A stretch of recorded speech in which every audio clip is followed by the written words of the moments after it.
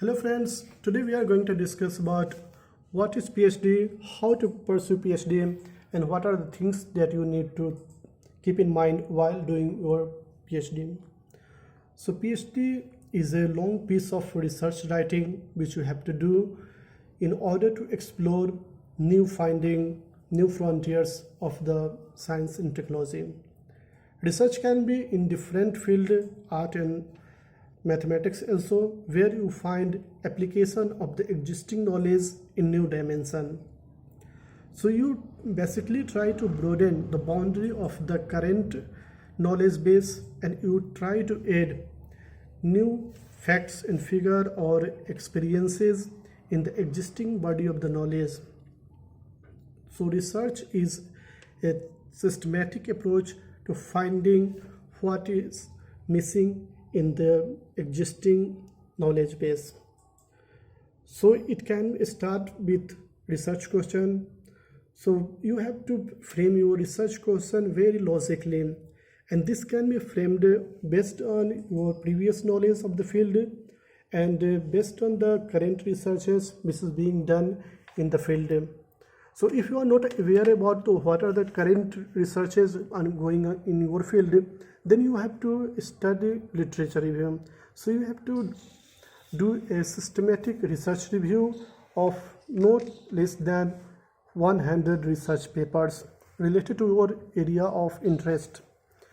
Search databases like Scopus, Web of Science, Science Direct, Google Scholar and others, and you will try to find research papers of last 5 years of your selected area. Try to find good research papers, books, conference proceedings and news articles related to your paper research topic, and then try to assimilate the knowledge base. And after studying those research papers, you will be able to find what is the research gap or research area which you want to investigate and do a proper research.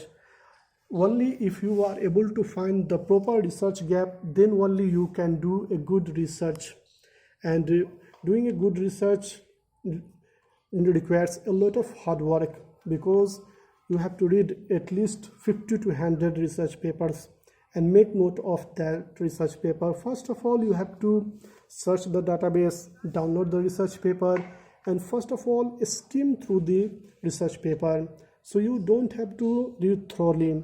First skim through if you find the paper is relevant to your research topic, then read it thoroughly. Make note what is the major findings, what are the tools and technique that has been used, what was the research gap which they have missed, and similarly keep doing this for all of the 50 to 100 research papers, and then you will be able to find what are the area which are lacking and which require a new dimension of the research, and then you will be able to pursue your research in a proper systematic manner. Hope this is good for today. We will discuss another topic tomorrow.